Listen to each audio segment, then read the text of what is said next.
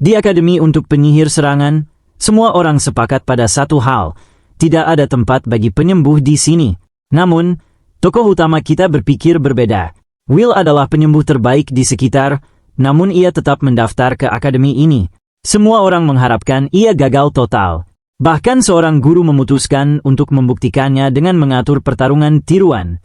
Begitu pertarungan dimulai, guru itu menggunakan sihir bumi untuk menjebak Will. Tapi Will dengan mudah menghindar setiap serangan, meningkatkan kecepatannya dengan sihir penyembuhan. Guru itu hampir menangkapnya dalam jebakan bumi, tapi Will kembali menghindar. Kemudian ia beralih menyerang. Ia mendekat dan menusuk dengan belatinya. Tentu saja, serangan itu tidak berhasil. Guru itu menutupi dirinya dengan baju zirah bumi yang tak tertembus, yakin bahwa penyembuh lemah tanpa sihir serangan tidak bisa menyentuhnya. Tapi Will tahu cara menghadapinya. Di dunia ini, sebagian besar penyihir membatasi kekuatan mereka karena tubuh mereka tidak mampu menangani kekuatan penuh. Melampaui batas itu menyebabkan tubuh hancur. Tapi jika Will menghapus pembatas itu, ia bisa melepaskan kekuatan besar dengan harga menghancurkan tubuhnya sendiri. Dan itu benar-benar tidak masalah baginya. Ia penyembuh toh. Will menerjang maju dengan tinju supercharged. Lengannya hancur saat ia menghancurkan baju zirah bumi guru itu. Guru itu bahkan tidak sempat bereaksi. Ia langsung tersungkur tak sadarkan diri. Lalu mengapa seorang penyembuh ada di akademi ini? Karena di kehidupan sebelumnya, semua orang lain tidak berguna dan Will mati karenanya. Inilah yang terjadi dulu. Kau mungkin berpikir bahwa menjadi bagus dalam pekerjaan akan memberimu rasa hormat yang pantas dari senior, bukan? Ya, itu tidak berlaku untuk anak kita ini. Ia bahkan ditusuk oleh atasannya karena melakukan pekerjaan luar biasa. Will adalah pemuda biasa dengan kemampuan penyembuhan luar biasa. Kekuatan satu-satunya di dunia yang hanya dimilikinya. Ia bisa menyembuhkan luka paling mengerikan seolah-olah itu permainan anak kecil. Kehilangan lengan? Tidak masalah. Bro bisa menumbuhkannya kembali dari tunggul dalam hitungan detik. Saat ini, ia bertugas bersama sisa prajurit di garis depan yang melawan pasukan iblis yang dipimpin oleh para raja iblis. Pasukan yang bertanggung jawab menghancurkan kerajaan Grandald. Para prajurit bertarung mati-matian, berusaha sekuat tenaga untuk mengusir kekuatan iblis yang sudah menghancurkan seluruh dunia. Sedangkan anak kita tidak punya pengalaman bertarung. Jadi, ia ditugaskan menyembuhkan yang terluka, pada dasarnya menarik mereka kembali dari ambang kematian. Tapi mari kita jujur, manusia fana ini tidak punya peluang melawan makhluk menakutkan yang muncul dari kedalaman neraka itu sendiri. Itulah mengapa prajurit terus kembali dengan anggota tubuh hilang, dan anak kita terus menyembuhkan mereka dengan tekun. Namun, akhirnya para prajurit lelah bertarung berulang kali, hanya untuk terluka lagi. Mereka telah menerima kenyataan kejam mereka. Mereka sudah mati. Mereka lebih suka mati di medan perang dan mengakhiri semua ini. Itulah alasan tepat mengapa anak kita ditusuk oleh kaptennya. Kapten percaya bahwa Will tidak memahami rasa sakit dan kengerian yang dialami prajurit setiap kali dipaksa kembali ke medan perang. Pada akhirnya, prajurit yang putus asa meninggalkan garis pertahanan, membiarkan monster raksasa mulai menghancurkan sisa kerajaan. Will menyaksikan tanpa daya saat semua orang mati di depan matanya, melihat rumahnya hancur. Memandang naga raksasa itu, ia akhirnya menyadari jenis kengerian yang telah dilalui prajurit itu.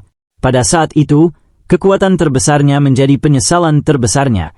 Andai saja ia punya kemampuan bertarung di medan perang, ia bisa memastikan kelangsungan hidup orang-orang di sekitarnya.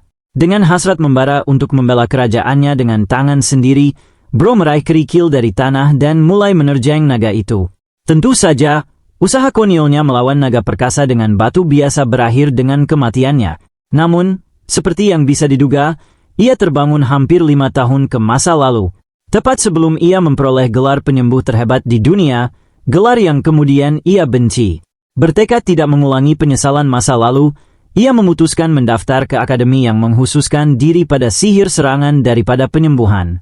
Dan pilihan pertamanya adalah Akademi Squares, sekolah yang didedikasikan sepenuhnya untuk seni tempur.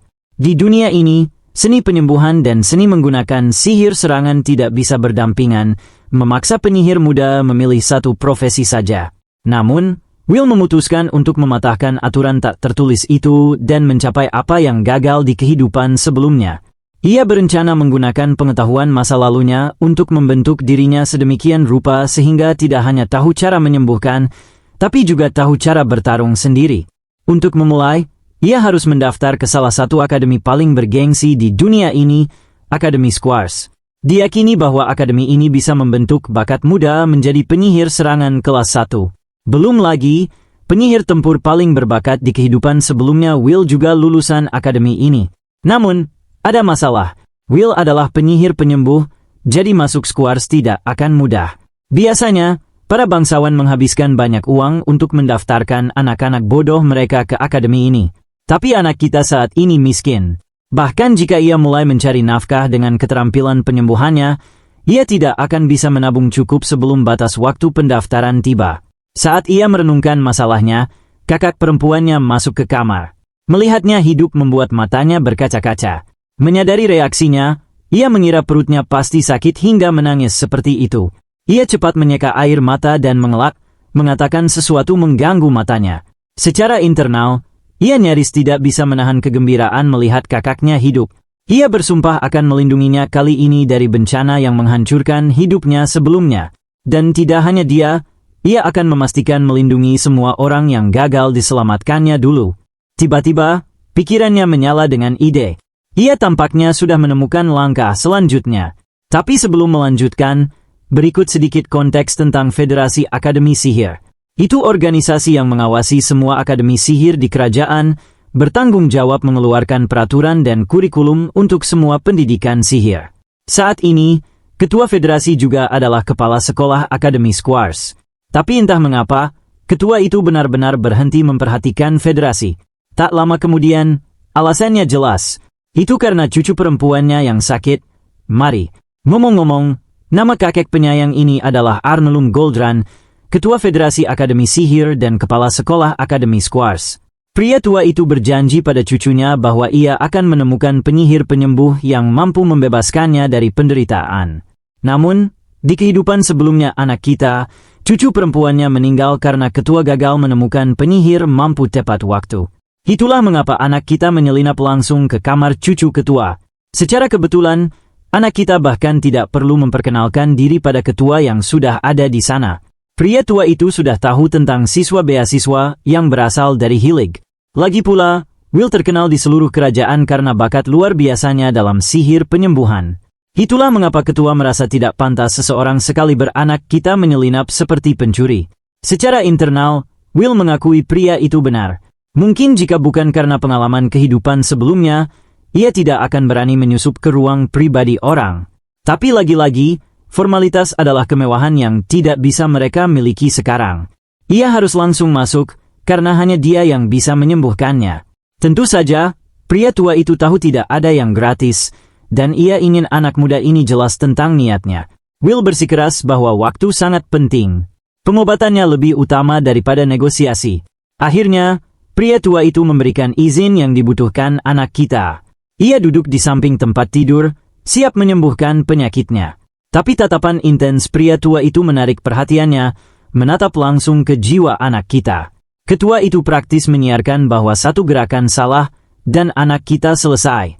Jadi, Will menarik napas dalam, siap untuk salah, dan mulai menggunakan sihir penyembuhannya. Saat ia melepaskan sihir penyembuhan itu, ia menyadari bahwa kolam mananya menyusut dibandingkan kehidupan sebelumnya. Tapi yang lebih penting adalah pelaksanaan sempurna formula sihir penyembuhan, yang untungnya ia ingat dengan sangat jelas. Setelah beberapa saat, cucu perempuan itu akhirnya membuka mata. Hal pertama yang ia sadari adalah pangeran tampan yang menyelamatkannya dari situasi hidup mati. Ia langsung malu dan berguling ke sisi lain.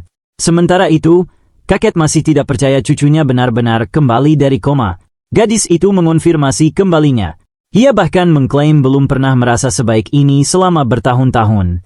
Mata kakek penyayang itu berkaca-kaca karena air mata bahagia. Kekhawatiran yang membebani dirinya selama ini akhirnya terangkat, dan semuanya berkat anak kita. Tak lama kemudian, kedua pria itu duduk di ruang tamu. Setelah menyampaikan rasa terima kasih yang layak, pria tua itu bersedia mengabulkan keinginan apapun yang dimiliki anak kita. Will meyakinkan bahwa ia tidak akan menuntut sesuatu yang absurd. Keinginannya masih dalam jangkauan kekuasaan ketua.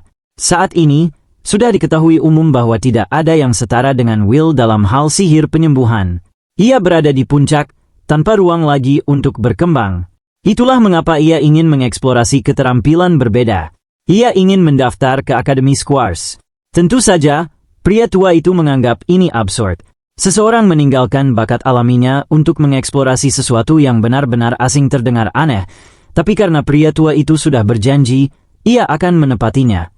Ia menjabat tangan pemuda itu, berjanji menepati bagiannya. Di suatu tempat di akademi, seorang guru yang tampak toksik sedang meninjau profil pendaftaran anak kita. Ia menganggap tindakan ketua cukup berani, mendaftarkan penyihir penyembuh yang nol keterampilan serangan ke sekolah tempur. Akhirnya, hari upacara masuk tiba dan para siswa baru berkumpul di aula akademi. Di atas panggung, ketua ada di sana untuk mempromosikan institusinya. Akademi Squares adalah sekolah asrama penuh yang menghususkan diri pada sihir serangan dengan kurikulum uniknya sendiri. Kampus luasnya memiliki banyak lapangan latihan, dan hal-hal hanya semakin baik dengan fasilitas penelitian canggih dan perpustakaan besar, membuatnya semakin menonjol. Lulusan berpengaruh aktif bahkan di luar akademi, memungkinkan berbagai bentuk dukungan dari kerajaan. Jika diringkas, tidak ada institusi lain yang memberikan lingkungan seperti ini untuk mempelajari seluk-beluk sihir serangan. Jangan lupa bahwa anak kita hanyalah penyembuh biasa yang mendaftar ke akademi ini, yang belum pernah terjadi sebelumnya. Jadi, sudah jelas bahwa jalan di depannya akan penuh duri. Tapi anak kita siap menghadapi apapun selama ia menjadi penyihir serangan yang ia inginkan. Namun, realitas seringkali jauh dari harapan. Kelas pertama setelah upacara masuk berlangsung, dan Will terlihat berkeringat dingin. Ia seharusnya memukul target dengan mantra api. Entah bagaimana ia berhasil mengaktifkan mantra api, tapi itu padam begitu muncul. Dan itu bukan pertama kalinya. Lebih buruk lagi, gurunya benar-benar sampah yang mencoba mengganggu anak kita dengan menggunakan kelemahannya sebagai alasan. Will hanya bisa mengikuti kelas jika berhasil memukul boneka. Sampai ia berhasil mencapainya, ia dipaksa melanjutkan latihan di lapangan latihan di sisi lain gedung sekolah. Will bersikeras agar gurunya setidaknya menunjukkan caranya, atau ia tidak akan pernah bisa mempelajarinya dengan benar. Lagi-lagi, jelas dari awal bahwa guru ini punya kebencian terhadap anak kita. Baginya, membuang waktu mengajari penyembuh bukan investasi terbaik. Will memohon agar setidaknya diizinkan akses ke perpustakaan sehingga ia bisa belajar dari teori. Sekali lagi, bajingan itu mempermalukan anak kita karena hanya penyembuh, mengklaim mereka tidak punya literatur yang bisa digunakan oleh jenisnya. Memanfaatkan situasi, seorang doge hebat pirang menyerang penyembuh dengan bakshot sihir licik, memaksa Will roboh ke tanah. Anak malang itu bahkan tidak menduga serangan mendadak, tapi pengganggu itu menganggap itu alasan lebih untuk memanfaatkan penyembuh karena begitu lemah. Ia membanggakan status peringkat serangan akademi, jadi penyembuh lemah seperti Will bisa pergi karena berani mendaftar. Ini pertama kalinya aku melihat guru bergabung dengan pengganggu menyerang siswa. Keduanya mempermainkan Will seolah ia sampah terendah di mata mereka. Malam itu, anak kita tampak kelelahan di bangku. Usahanya belajar sihir serangan sejauh ini berakhir di selokan. Ia tahu itu akan menyakitkan hanya karena perbedaan antara sihir penyembuhan dan sihir serangan. Keduanya mengambil sumber energi masing-masing. Mana adalah kekuatan pikiran, senjata utama penyihir yang diaktifkan melalui formula. Mana juga bergerak sesuai kehendak pemanggil. Menggunakan mana itu untuk ledakan atau kekuatan api memberimu sihir serangan. Penyembuh, di sisi lain, memiliki mana yang tenang, tapi disitulah Akademi Squares masuk. Mereka terbaik dalam membesarkan penyihir serangan, jadi pasti ada cara baginya untuk menyempurnakan mana dinamis. Will sangat percaya bahwa ia bisa memanipulasi mananya sedemikian rupa sehingga mengonversi mana statis menjadi mana dinamis, hambatan terbesar di jalannya. Ia bahkan tidak bisa mengikuti kelas sekarang karena guru sialan itu tidak mengizinkannya. Will menolak menyerah, berharap bertemu orang yang membantunya di kehidupan sebelumnya. Hanya karena dia, pilihan datang ke akademi ini mungkin akan layak. Sayangnya, ia tidak bisa terus buta, jadi ia memikirkan cara lain. Tapi tiba-tiba, suara familiar menghadapinya karena keluar terlambat. Saat Will memandang penampilan memukau orang itu, ia melihat Veronica, pejuang sangat kompeten yang bertarung bersamanya. Ia adalah salah satu penyihir serangan kelas tertinggi yang pernah ia kenal. Dan pada akhirnya, Ia harus berduka atas kehilangannya dalam perang tragis. Untungnya, ia hidup di garis waktu regresi ini.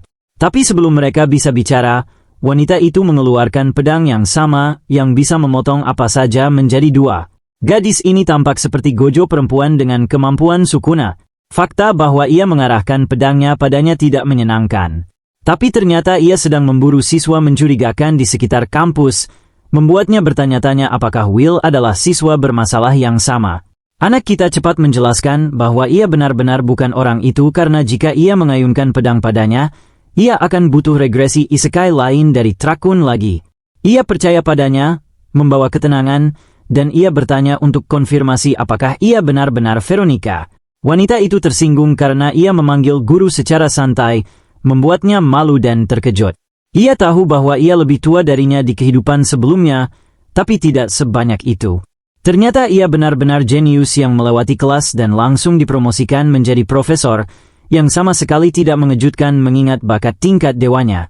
Ini kesempatan yang ditunggu Will, bintang jatuh yang bisa membantunya mempelajari sihir serangan akhirnya. Will menyatakan minat mengikuti kelas Veronica, tahu bahwa ia adalah harapan terakhirnya. Ia menanyakan prosedur pendaftaran, tapi ia langsung menolak, menyatakan bahwa ia tidak punya kelas yang dimulai. Karena ia guru baru yang sebelumnya dipromosikan dari banyak kelas, ia tidak tahu bagaimana cara kerjanya di sini. Untuk tahun ini, posisi Veronica saat ini adalah sebagai instruktur pembantu untuk menangani pertanyaan tertentu. Rencananya menggunakan pikiran mudanya untuk terhubung lebih dekat dengan siswa seusianya, yang akan membuatnya dukungan hebat bagi mereka. Namun, yang mengganggunya adalah tidak ada yang berani mendekatinya untuk konsultasi apapun. Ya, anak kita bisa tepat mengatakan mengapa. Karena wanita ini mengeluarkan senjata pembunuhnya pada ketidaknyamanan terkecil. Tapi dari sudut pandangnya, ini kesempatan luar biasa untuk memanfaatkan Veronica. Ia bahkan tidak perlu mengikuti kelasnya dan bisa langsung menggunakannya untuk mengajarinya secara pribadi. Jadi, ia bertanya padanya sebuah pertanyaan. Tahu itu tugasnya untuk menjawab, langsung belak-belakan. Pria ini menanyakan bagaimana ia harus mendekati belajar sihir serangan sebagai penyembuh. Dari kata-katanya, Veronica langsung menyadari bahwa ia bukan siswa biasa, merasakan komposisi aliran mananya yang aneh. Ia sekarang ingat bahwa pemuda ini adalah mahasiswa baru terkenal yang bergabung dengan Akademi Squares. Dalam semua tahunnya, ia bahkan mengakui belum pernah melihat penyembuh biasa mencoba belajar sihir serangan. Hal baik di Squares adalah akademi menawarkan metode untuk membudidayakan sesuatu yang disebut mana dinamis. Itu fondasi yang diyakini anak kita akan menjadi awal sempurna baginya. Dan ketika Veronica mengonfirmasi keberadaannya, Will benar-benar excited, berpikir bahwa ada peluang. Satu masalah kecil, wanita ini langsung memberitahu bahwa bodohnya tidak akan bisa belajar sihir serangan bahkan dengan metode itu. Pengungkapan ini benar-benar mengejutkan anak kita, terutama ketika Veronica menjelaskan bahwa ia sudah punya terlalu banyak mana statis. Ini berarti bahwa bahkan jika ia membudidayakan mana dinamis dari nol, sebagian besar akan berubah dan larut menjadi mana statis. Dan jika ia mencoba membudidayakan mana dinamis dengan metode lain, pencampuran dua kualitas mana akan membuatnya mustahil menggunakan sihir serangan apapun. Realitas tampak suram. Bro maju dan berubah hanya untuk menyadari bahwa secara harfiah tidak ada cara bagi penyembuh biasa untuk belajar sihir serangan. Will mulai menyesal tidak menerima buku panduan saat Trakun meregresinya. Ya, ia tidak ingin menyerah, bahkan jika itu berarti menjadi Einstein generasinya untuk menciptakan metode baru. Berterima kasih pada profesor pembantu, ia hendak pergi ketika tiba-tiba Veronica menghentikannya untuk menyelesaikan poinnya. Ia melanjutkan dari sebelumnya, menyatakan bahwa meskipun benar penyembuh tidak bisa menggunakan sihir serangan, ada satu pengecualian yang bisa memungkinkan penyembuh menjadi penyihir serangan. Gadis itu benar-benar membingungkan pantatnya karena bahkan anak kita tidak bisa menangani logika itu. Veronica mendemonstrasikan poinnya dengan mengungkap pedang besi khusus yang terukir, senjata yang bisa menebas dan mengalahkan musuh. Kemudian ia bicara tentang bangku di sebelah mereka, yang terbuat dari kayu yang bisa digunakan untuk duduk. Dengan kata lain, Profesor Otak Halus sedang mengatakan air basah dan lantai terbuat dari lantai. Tapi inilah twistnya. Ia angkat bangku itu dan jelaskan bahwa bahkan jika ia menggunakannya untuk memukul seseorang hingga babak belur, itu tetap senjata.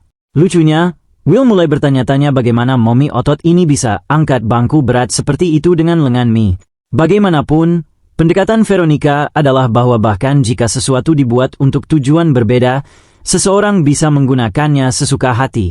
Untuk mempersonalisasi poinnya, ia mendemonstrasikan melalui tangannya dan melanjutkan menepuk wajahnya, membuat pria ini tersipu.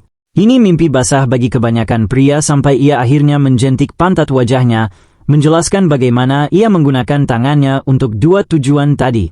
Ia memang memukulnya terlalu keras, tapi poinnya tetap sama. Hal yang sama, tapi penggunaan berbeda. Mata Will akhirnya terbuka. Ia mulai bertanya-tanya apakah ia bisa menggunakan sihir penyembuhannya sebagai serangan. Selama ini, ia bahkan tidak pernah mempertimbangkan ide itu. Alasan kedua faksi penyihir tidak setuju satu sama lain adalah karena perbedaan yang terletak pada bentuk mana mereka sendiri. Tapi di mata Veronica, anak ini berbeda. Ia pikir anak ini sudah melangkah besar dengan mendaftar ke Akademi Sihir Serangan. Dan bahkan mananya menandakan bahwa ia bukan penyembuh murni. Ini pengamatan yang bahkan Will sendiri tidak sadari, membuatnya bertanya-tanya apakah ini salah satu kemampuan yang diberikan Trakun padanya. Mengarahkan pedangnya ke lehernya, ia memerintahkan agar ia sadar dan nyalakan hasrat agresif dalam jiwanya. Jika ia lakukan itu, ia akan menjadi tak terhentikan dan menghancurkan siapapun yang menghalangi jalannya.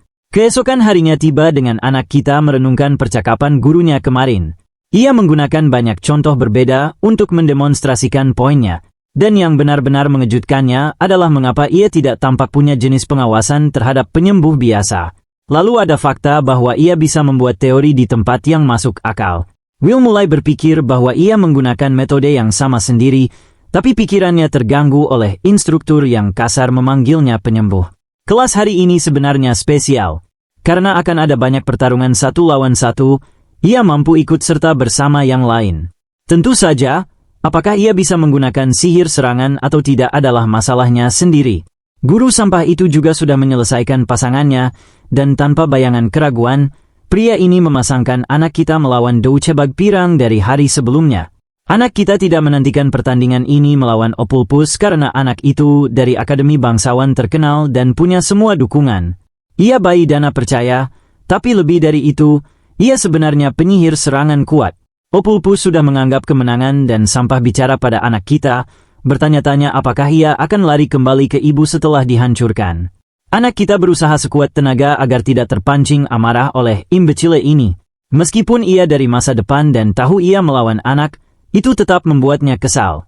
Hal baiknya adalah Will ingin menguji teori Veronica dalam aksi, jadi ia berbagi minat dalam pertarungan. Ia meminta perhatian profesor dan menolak menyerah. Sebaliknya, anak kita punya proposal membagikan bagaimana ia tidak punya bakat untuk sihir serangan sama sekali, yang akan membuang waktu untuk pertarungan ini. Jadi, ini meningkatkan taruhan dan langsung menyatakan bahwa ia akan drop out dari Akademi Squares jika kalah pertandingan ini. Profesor itu senang mendengar kata-kata itu, tapi sisi sebaliknya adalah jika anak kita menang, ia akan diizinkan mengikuti kelas reguler. Itu proposal menghina, tapi Opulpus begitu arogan hingga ia tertawa terbahak-bahak, menyatakan betapa konyolnya ide kemenangan itu. Ia bahkan pikir Will sedang chopping besar di pulau dulu tanpa peluang menang. Instruktur itu muak dengan mereka dan menerima proposal itu, menginstruksikan kedua kontestan mengambil posisi. Ia beri isyarat mulai pertandingan, yang dimulai dengan Opulpus tenang mengaktifkan sihir serangan. Ia mewujudkan banyak belati bercahaya. Ini spesialisasinya yang disebut sihir penciptaan pisau. Pada dasarnya, Bro adalah Gilgamesh Walmart dengan pedang Micropenis sebagai senjata, meledakkan semua belati itu ke arah Will. Ia membual bahwa tidak ada cara bagi penyembuh sialan untuk membela diri. Tapi anak kita di sini melakukan pose Buddha dan siap mengaktifkan domain expansion. Begitu ia mengaktifkan tekniknya, ia mampu menyamai kecepatan belati dan menghindar semuanya dengan tepat.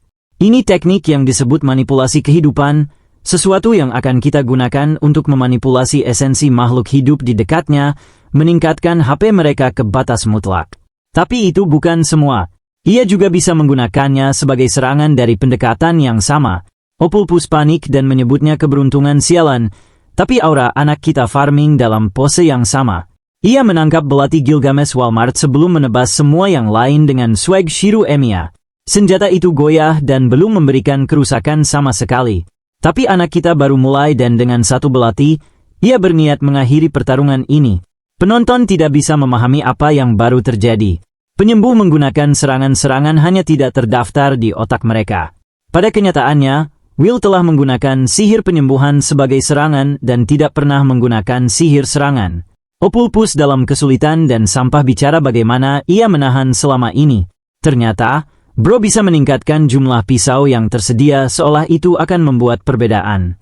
Ia hujani proyektil emas pada penyembuh dengan marah, tapi anak kita santai mulai menebas setiap belati. Di akhir pertahanannya, semuanya hancur ke tanah. Masih pikir ia hot-hot, jadi ia meningkatkan ukuran belati micropenisnya. Dan sudut itu tampak agak sus jika kau tanya aku. Bagaimanapun, Will paham bahwa bertarung melawan Opulpus menyakitkan karena bakat dan pemahamannya tentang sihir.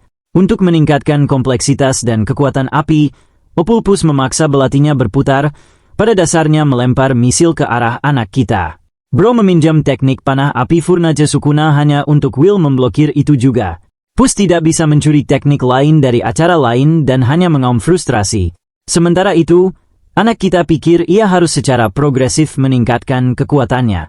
Proyektil ganas itu dipantulkan dengan mudah, membuat Opulus terkejut. Sebelum ia bisa lakukan apapun lagi, Will teleport di belakangnya menggunakan transmisi instan Goku, berjanji akan menyembuhkannya setelah ini.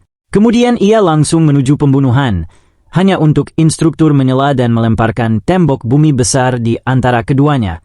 Instruktur percaya pertandingan selesai dan menyuruh keduanya minggir untuk pasangan berikutnya. Kekalahan benar-benar merendahkan bagi bangsawan sombong itu, tapi Will hanya bahagia ia bisa mengikuti kelas reguler mulai sekarang, membuat frustrasi instruktur boom ini. Setelah selesai di sini, ia kabur, merenungkan pengalaman pertarungannya. Akhirnya, ia menciptakan versi sendiri sihir serangan, dan itu cukup kuat untuk mengalahkan penyihir unggul. Semuanya berkat bimbingan Veronica. Sedangkan Douchebag pecundang, ia dibantu instruktur. Opulpus meminta gurunya jangan beritahu ayahnya tentang pertandingan ini. Keduanya adalah Hatter Reddit tingkat D1 yang tidak bisa terima kalah. Di adegan berikutnya, kita temukan Will di kelas. Ia bisa mengikuti kelas di sini dan menyempurnakan pemahaman tentang sihir serangan. Instruktur masuk ke ruangan dan melirik Will sebelum memulai kelas. Sejauh ini, kelasnya dasar. Satu guru kelas pada dasarnya menangani semua kelas.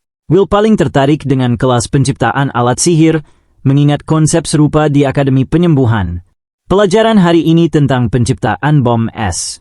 Instruktur akan bagikan bahan bagi siswa untuk merakit dan memproses. Will ingat bahwa ia tidak pernah benar-benar membuat senjata di kehidupan sebelumnya, hanya barang pemulihan. Tapi di Akademi Serangan, diharapkan ia menempa senjata untuk tempur. Mana yang digunakan untuk tujuan ini jelas mana dinamis. Tapi ketika datang ke penciptaan, sifat mana tidak terlalu penting. Itulah mengapa Will tidak akan kesulitan bahkan dengan kelebihan mana statisnya. Dan saat ia lihat bahan-bahannya, ia temukan fragmen golem es dan bubuk cabang api. Mengikuti instruksi, ia campur fragmen itu, tapi tiba-tiba mengalami perubahan cepat. Will akhirnya melempar fragmen es melalui penguatan tubuh, menyebabkan fragmen kecil itu meledak dan meninggalkan paku es. Anak kita cukup terkesan, tapi aksi kecilnya di sini adalah puncak tidak hormat bagi kelasnya. Instruktur memarahi dan langsung mengatakan akan kurangi pain dari nilai Will. Siswa lain tertawa, terutama Opulpus, yang menandakan bahwa ia sedang merencanakan dengan guru. Kelas berikutnya Will tepat di depan tentang makhluk sihir. Ia dapat salamander lucu saat instruktur menekankan siswa tingkat rendah untuk mendengar dengan seksama. Anak kita sedikit tidak nyaman dengan jarak dekat ke makhluk sihir. Mesin pembunuh kecil ini meledakkan meriam api, menyebabkan Will memantulkan. Pada kenyataannya, itu hanya sesuatu yang dibayangkan anak kita di kepalanya, bahkan menarik perhatian instruktur yang mengambil pot terpercayanya. Hal-hal tidak terlihat bagus, dan Will mulai benar-benar paham apa yang terjadi. Instruktur mengizinkannya ikut kelas, tapi sebenarnya menyiksanya di setiap kelas. Ini berarti ia tidak bisa belajar, jadi ia harus lakukan sesuatu tentang situasinya lagi. Menyaksikannya dari jauh adalah siswa aneh yang tampak memahami standar ganda yang berlaku di sini. Penggangguan berlanjut tanpa akhir. Will harus melindungi diri tidak hanya dari siswa tapi juga pertanyaan di luar silabus konyol instruktur. Nilainya dihancurkan ke tanah dan bahkan setelah kelas ia temukan tumpukan sampah hanya berbaring di kamarnya. Saat ia coba konfrontasi supervisor atas masalah itu, supervisor menghukumnya lebih lagi dengan mencabut hak makan malamnya. Bro sedang dimasak kiri, kanan, dan tengah. Ia roboh di kamarnya, menyadari bahwa akademi ini penuh hater. Begitu ia buat satu langkah positif, ia sekarang harus hadapi ton tantangan untuk mengelilingi lagi. Will paham bahwa laju kemajuannya saat ini melakukan keajaiban baginya dan tidak ingin biarkan pengganggu ini mengganggunya. Hal terbaik adalah ia bertarung salah satu dari mereka dan benar-benar menang pertarungan, oleh karena itu punya bukti mutlak bahwa ia bisa menjadi penyihir serangan yang selalu dimimpikannya. Fokus pada positif, Will ingat memperoleh buku teksnya sehingga ia sekarang bisa review pekerjaan rumah dan belajar dengan benar. Keesokan harinya tiba dan dengan kejutan mutlaknya, tidak ada guru atau jiwa pun di sekitar. Instruktur biasanya tiba pada waktu ini, tapi hanya ada satu siswa di dekatnya. Hampir seperti berita perubahan jadwal mendadak tidak dibuat publik untuk siswa tertentu. Kesal, Will bangun untuk bicara dengan gadis itu. Ia berjalan ke arahnya, mengejutkannya dengan pendekatannya. Anak kita hanya ingin tahu apakah kelas berubah semalam, dan itu pasti sesuatu yang terkait dengan itu. Instruktur membenci siswa tertentu, dan ia juga ada di daftar itu. Jadi, keduanya sedang dimasak. Ia pikir itu ide bagus bagi dua penyendiri yang diganggu untuk akur, dan Will bisa merasakan ketakutannya, jadi ia tawarkan tangan gembira, menawarkan menjadi temannya. Gadis itu terkejut dan membungkuk hormat padanya. Ia diperkenalkan sebagai Erica Glenn, teman pertama yang dibentuk Will di akademi baru. Ia pikir itu normal baginya tidak punya siapapun di sisinya mengingat ia bergabung kelas terlambat dan ia penyembuh. Erica menyoroti bahwa orang selalu bicara betapa lemahnya penyembuh secara patetik. Mengejutkan Will. Ia sendiri bukan tipe yang membanggakan teman meskipun penyihir serangan. Menyaksikan kepribadiannya, Will paham bahwa diskriminasi ganas terhadap penyembuh tampaknya budaya akademi Squares. Benar bahwa penyihir serangan bertarung di garis depan, jadi mereka punya alasan setiap untuk membenci penyembuh yang tinggal di belakang. Bahkan di kehidupan sebelumnya, Will menemukan dirinya didirikan sebagai penyembuh terkenal untuk kerajaan. Ia punya kredibilitas dulu, tapi di akademi serangan, hal-hal berbeda. Will akan ditelan oleh diskriminasi akademi jika tidak melawannya. Erica menanyakan niatnya datang ke akademi serangan. Mengatur pikirannya, Will menjawab bahwa ia menolak menerima realitasnya sebagai penyembuh lahir dan berniat bergabung di garis depan. Alasannya mengguncangnya, tapi Will menjelaskan bahwa ia punya alasan pribadi yang mendukungnya. Sedangkan niat Erica, ternyata ia berasal dari keluarga bangsawan kecil di pedesaan. Tanpa anak laki-laki lahir di keluarganya, orang tua pikir garis darah mereka akan berakhir. Mengambil tangan sendiri, ia pikir menjadi penyihir serangan kuat bisa membantunya menjadi kepala keluarga hanya dengan status. Itu tujuan yang bisa dimengerti di mata Will. Tapi masalah Erica adalah ia tidak punya secercah bakat untuk sihir. Ia juga tidak punya teman dan diganggu di kelas juga. Untungnya, ia bahagia telah membuat teman di anak kita, memanggilnya Undrache Fair yang akan menghiburnya bahkan saat nilainya rendah. Bro sedang dihancurkan di mana-mana, tapi ia hanya bercanda. Bagaimanapun, ia mengingatkannya bahwa ekspektasi Erica akan terpenuhi sangat segera. Tanpa menjelaskan banyak lagi, Will bawa dia ke kelas berbeda di mana kelas sebenarnya diadakan. Keduanya menemukan jalan ke kelas sebenarnya, hanya untuk instruktur yang bisa diprediksi menganggap mereka terlambat. Will minta maaf karena tidak tahu tentang perubahan jadwal kelas mendadak, tapi bajingan ini punya tongkat di pantatnya dan tidak memaafkan mereka. Untuk menghukum Will, ia memutuskan untuk cambuk pertanyaan lain padanya. Ini berita buruk. Erica sudah tahu bahwa anak kita belum mengikuti sebagian besar kelas sebelumnya, yang berarti ia tidak akan tahu apa-apa. Melihat papan, Will memecah masalah di kepalanya, sementara gurunya menekankan bahwa poin akan dikurangi jika ia gagal mendapatkan jawaban benar. Opulpus mengejek Will lebih lanjut, tahu bahwa ia diambang gagal.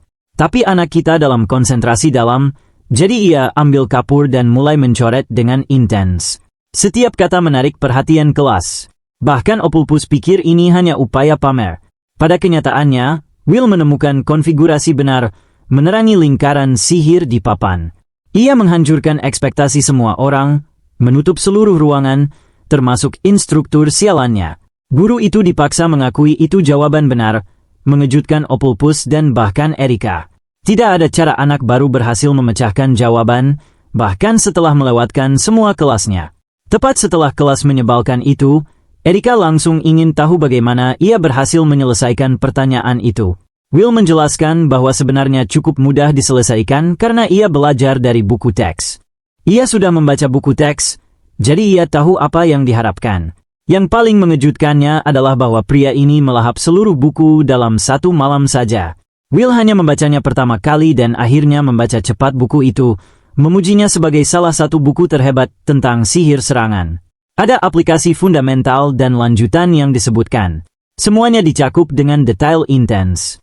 Ia bisa mempelajari semuanya sendiri, tapi tanpa pemahaman sihir tertentu, membaca teks adalah tugas berat.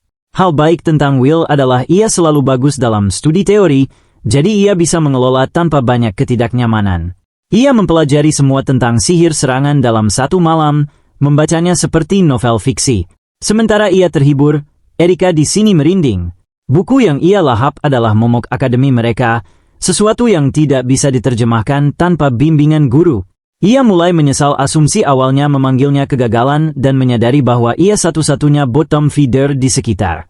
Gadis itu tidak ingin ia tinggalkan di peringkat terendah, sementara anak kita meyakinkannya bahwa ia akan mengajarinya apapun yang ia temukan sulit. Lagi pula, mereka sahabat dari kelas yang sama. Erika tersenyum lebar, merasa senang mendapat bantuannya. Realitasnya adalah anak kita datang ke sekolah ini untuk tujuannya, bukan bertingkah sahabatan dengan kekuatan persahabatan. Tapi karena ia sendirian, ia butuh Erika. Jadi, ia memberitahu dia tentang bantuan yang perlu dilakukan untuknya. Kelas mendatang adalah kelas sihir serangan umum, yang belum pernah bisa ia lalui, dan alasan utama ia tidak pernah bisa akses kelas lain. Erika pikir ia seharusnya mudah melakukannya sekarang setelah mengalahkan, tapi realitasnya berbeda. Will sebenarnya tidak bisa menggunakan sihir serangan umum seperti semua orang, tapi ia punya ide bagus. Pengaturannya membutuhkan bantuan Erika agar berhasil. Di adegan berikutnya, para siswa berkumpul di lapangan latihan lagi. Ketika datang ke sihir serangan, ada dua cabang umum dan unik. Sihir umum merujuk pada mantra dengan formula yang tepat, membuatnya mudah diakses semua orang melalui formula. Berbeda dengan kasus penggunaan umum, sihir unik datang terukir dari dalam pengguna, seperti sihir penciptaan pisau khusus Opulpus. Kurikulum akademi mencakup kelas untuk kedua jenis sihir serangan bagi siswa menyempurnakan. Tentu saja, sihir unik tidak mengarah ke jawaban benar. Jadi, bagi seseorang seperti anak kita, ini sebenarnya tiket termudah baginya untuk mengikuti kelas seperti itu dan menang. Sayangnya, ia terjebak ketika datang ke belajar sihir serangan umum, dan gurunya tahu ini dengan baik. Memanfaatkan penuh penyembuh, instruktur memuji keterampilan teorinya dan bertanya-tanya bagaimana ia akan lakukan dalam praktik. Lagi pula, Will seharusnya gagal kelas ini jika bahkan tidak bisa menggunakan sihir dasar. Instruktur menekankan bahwa tugasnya tidak berbeda dari semua percobaan sebelumnya dengan tujuan menembak target. Sekali lagi, ia merendahkan Will dengan menyebutnya tugas sangat dasar, yang berarti jika ia gagal melakukan sesuatu begitu fundamental bagi akademi, ia tidak akan bisa lulus. Mengumpulkan pikirannya, instruktur ingat bagaimana anak itu menerapkan sihir penyembuhan dalam manuver serangan dan bagaimana sihir penyembuhan meningkatkan statistik tubuh umum. Tapi itu berbeda di sini karena Will tidak bisa menggunakan sesuatu seperti sihir serangan. Ia hanya ingin anak ini hilang dan menyerah dari kelasnya. Tapi anak kita tidak kemana-mana dan tersenyum pada situasi. Instruktur terhempas saat melihat tangan Will terbungkus api. Tidak ada alasan di bumi mengapa anak ini bisa melemparkan sihir seperti itu. Tapi jangan tertipu. Ini sebenarnya taktik licik yang digunakan protagonis kita. Seluruh strategi bergantung pada Erika menciptakan bola api menggunakan versi sihir serangan umumnya. Kemudian ia kerahkan bola api di dalam ekor salamander. Selanjutnya, Will hati-hati menggunakan penyembuhan otomatis untuk kipasi api, menyembunyikannya dalam tangannya. Pada dasarnya, ia melakukan apa yang dilakukan Gojo Satoru dengan teknik kutukan terbalik untuk mempertahankan Limitless. Itu penyembuhan tak terbatas. Tapi bahkan kemudian, Erika meragukan pendekatannya, bertanya-tanya jenis pria apa yang ia hadapi, tidak tahu ia pernah menjadi penyembuh terhebat umat manusia pada suatu waktu. Bagaimanapun, ia hentikan sihir penyembuhan tepat setelah membuka tangannya, membuatnya tampak seperti ia mewujudkan bola api dari telapak tangannya. Selanjutnya bagian mudah. Ia hanya menembakkannya ke target, membawanya turun dengan bullseye. Instruktur, bro, gemetar seperti daun. Siswanya telah merendahkannya lagi. Ilusi begitu bagus hingga ia benar-benar yakin bahwa Will melemparkan sihir serangan. Ini mendapatkan nilai lulus segera, mendapatkan tepuk tangan Erika dan kebingungan total dari penonton. Yang paling penting, Opulpus marah. Setelah kelas, ia konfrontasi guru untuk jawaban. Keduanya tidak punya ide apa yang terjadi. Tidak ada cara logis bagi Will belajar sihir serangan umum. Egopus terluka karena kekalahan yang dideritanya, dan sekarang penyembuh ini mengambil hal terlalu jauh. Bro bersedia pergi sejauh mengeluh pada ayahnya untuk menghancurkan kelas. Bahkan guru terkejut dengan kekuatannya sementara bangsawan sombong itu pergi memerintahkan instruktur lakukan apa saja untuk memusnahkan penyembuh dari kelas mereka. Guru Douchebag sekarang terjebak dalam kesulitan karena melanggar aturan datang dengan risiko ditemukan. Sayangnya, ia juga menghabiskan banyak waktu mendapatkan pekerjaannya di akademi, jadi ia tidak bisa kehilangannya sekarang. Menimbang risiko, instruktur memutuskan bahwa lebih baik ia berjudi dan singkirkan penyembuh yang mencoba menandai namanya di akademi mereka. Bro sedang punya dendam generasional dengan siswa berusia 15 tahun dan akhirnya memutuskan mengambil tangan sendiri. Setelah kelas di lapangan latihan, instruktur akhirnya memanggil Will sendirian. Bro mengancam anak kita, tapi Will menganggapnya pujian, terlalu padat untuk sadar situasi yang ia hadapi. Instruktur berbagi bahwa ia ingin merendahkan kepercayaan diri anak itu, terutama setelah ia melewatkan banyak kelas saat pertama datang ke akademi. Itu bahkan bukan salah anak kita karena guru sialan inilah yang menolak mengizinkannya mengikuti kelas-kelas itu sejak awal. Will berargumen kembali mengatakan ia sudah melewati materi dari teman dan belajar sendiri, jadi tidak ada yang perlu dikhawatirkan. Tapi guru ini bersikap tiran dalam pendekatannya dan sama sekali tidak peduli, percaya pelajaran baru ini diperlukan untuk Will. Isinya diputuskan olehnya sebagai instruktur. Jadi di sini mereka akan ikut pertarungan tiruan yang benar. Cukup mencurigakan bagi Will bahwa ia harus bertarung guru tanpa alasan, dan instruktur tahu ini tidak adil, jadi ia beri anak itu handicap. Jika Will bisa mencetak bahkan satu pukulan, ia akan dianggap pemenang mini ujian ini. Dengan jenis leverage ini, instruktur mengharapkan anak itu tidak kabur dan ambil pertarungan serius. Tentu saja, badut ini bahkan tidak pernah mempertimbangkan ide kalah. Ia begitu yakin dengan kemampuannya. Sedangkan anak kita, ia hilang dalam pikiran, menyusun situasi. Anak itu menerima kondisi duel, membuat guru senang. Pertarungan dimulai segera dengan instruktur menggunakan mantra bumi dari tanah. Untungnya, Will punya pengetahuan tentang gaya bertarung gurunya. Ia tahu pria ini menghususkan diri pada sihir bumi, jadi ia menghindar pukulan pertama dengan cepat. Tapi pukulan yang sama tumbuh dan memaksa ia menghindar lagi. Will sedang dihantam oleh banyak pukulan, tapi ia menghindar dengan benar.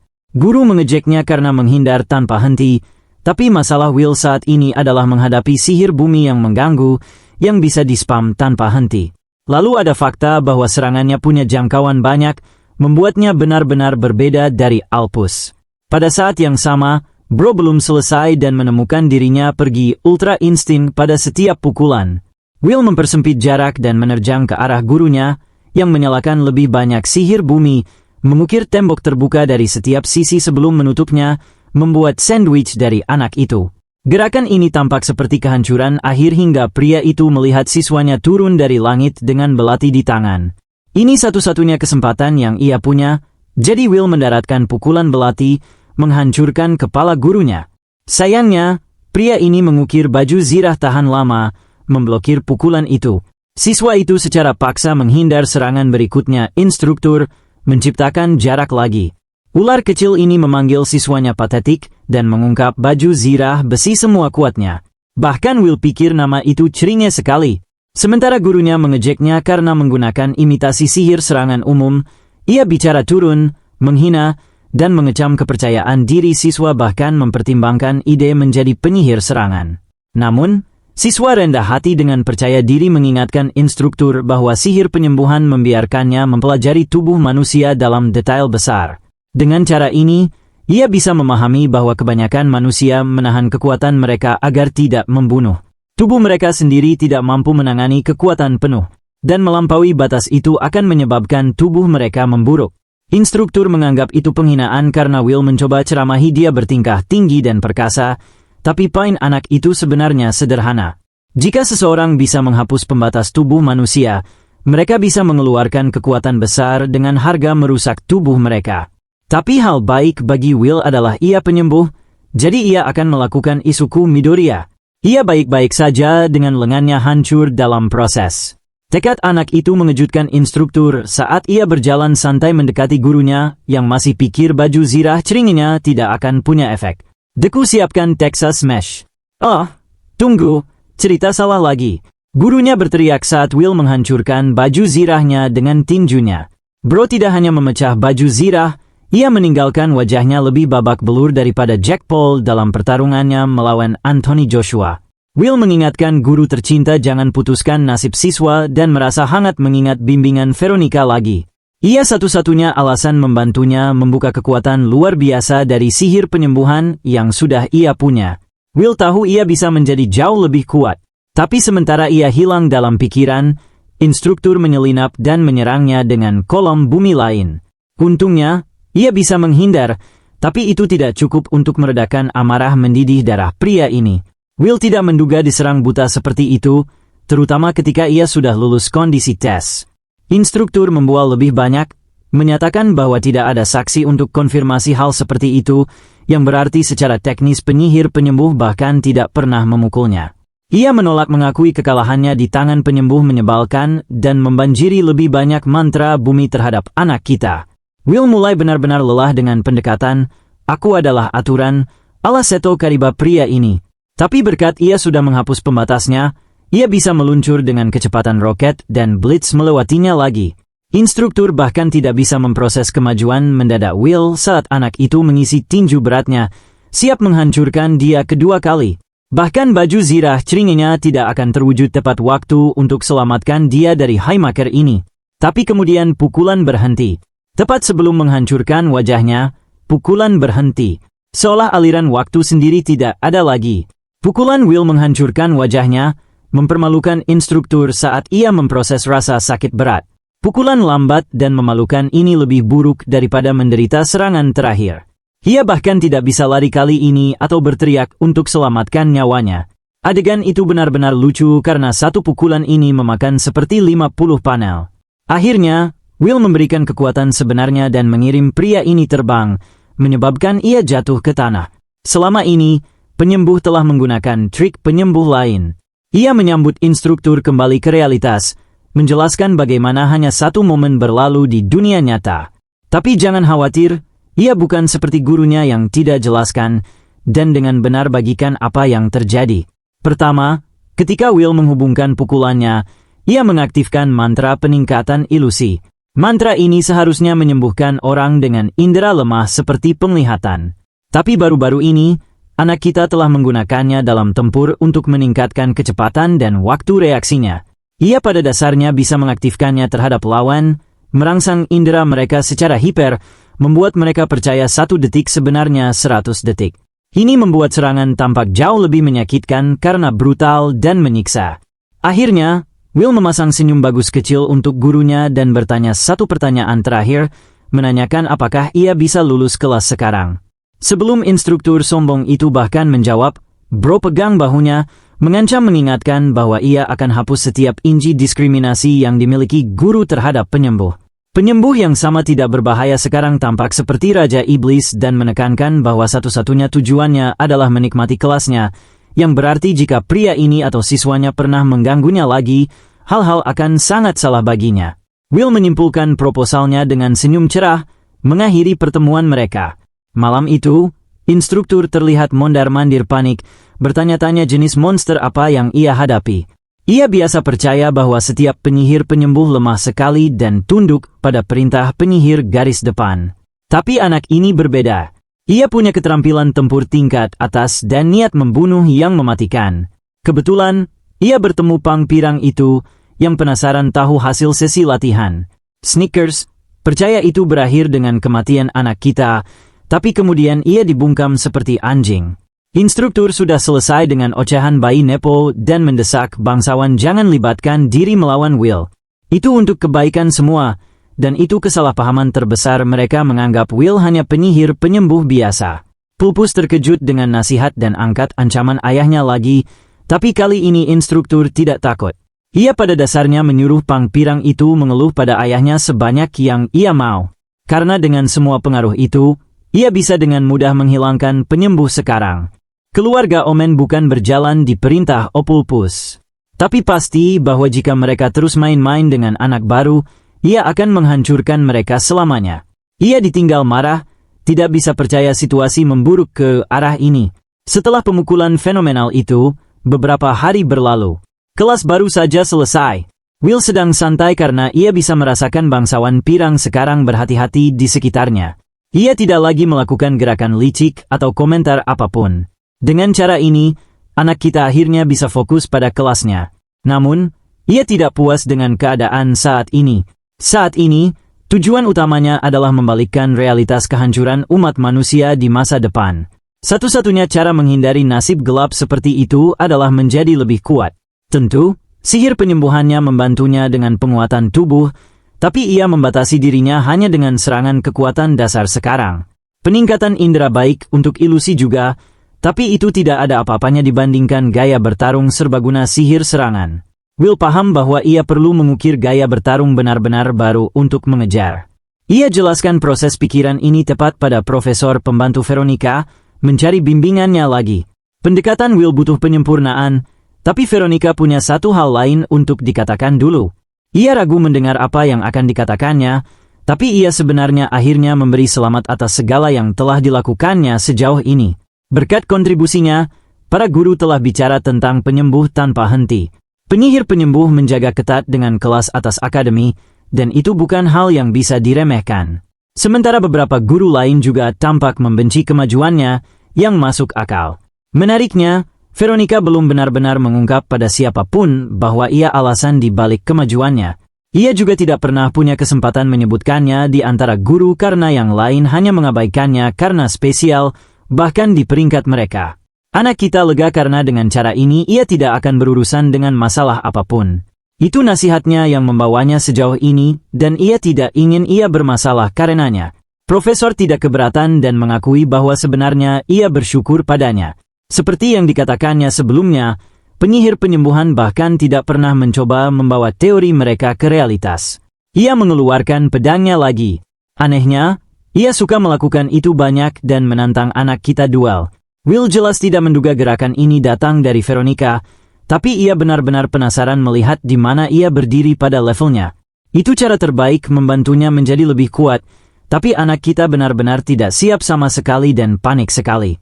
Pendekar pedang itu menekankan bahwa musuh tidak akan menunggu dan blitz dari tempatnya.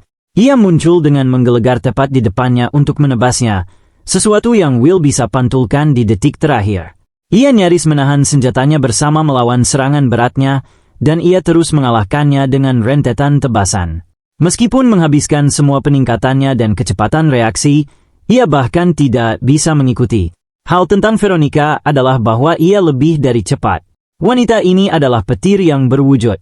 Pedangnya bergerak elegan dari satu ayunan ke ayunan lain, yang berarti dalam pertarungan ketahanan, Will lah yang pertama patah.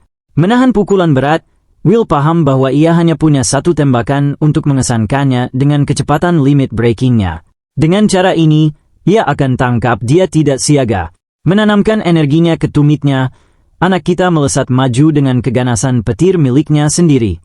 Profesor tidak menduga manuver ini, seperti yang ia prediksi, dan tepat saat bila hendak menusuk wajahnya, ia bereaksi jarak dekat dan balas serangan dengan secara harfiah menebas senjatanya menjadi dua. Pertarungan selesai, dan bahkan dengan usaha terbaik Will, ia bukan tandingan keterampilan pejuang elit.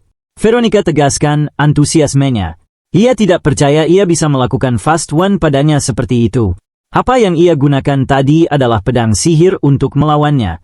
Selama ini, ia pikir ia penyihir penyembuhan yang bisa menggunakan manuver serangan, Tapi ini berbeda. Keterampilan bertarung anak itu sekarang berada di dekat puncak papan peringkat. Tapi Will tidak menemukan kepuasan dalam kemajuannya seperti biasa. Ia mendukung ambisi dan tekadnya menjadi lebih kuat dan paham bahwa penguatan bukan tujuan akhirnya. Will mengakui bahwa ia mencoba menghapus pembatas tubuhnya, tapi itu tidak akan cukup. Seperti terbukti hari ini dalam pertarungan mereka, Profesor membuat analogi lain, menyatakan bahwa tujuan pedang melampaui ayunan santai.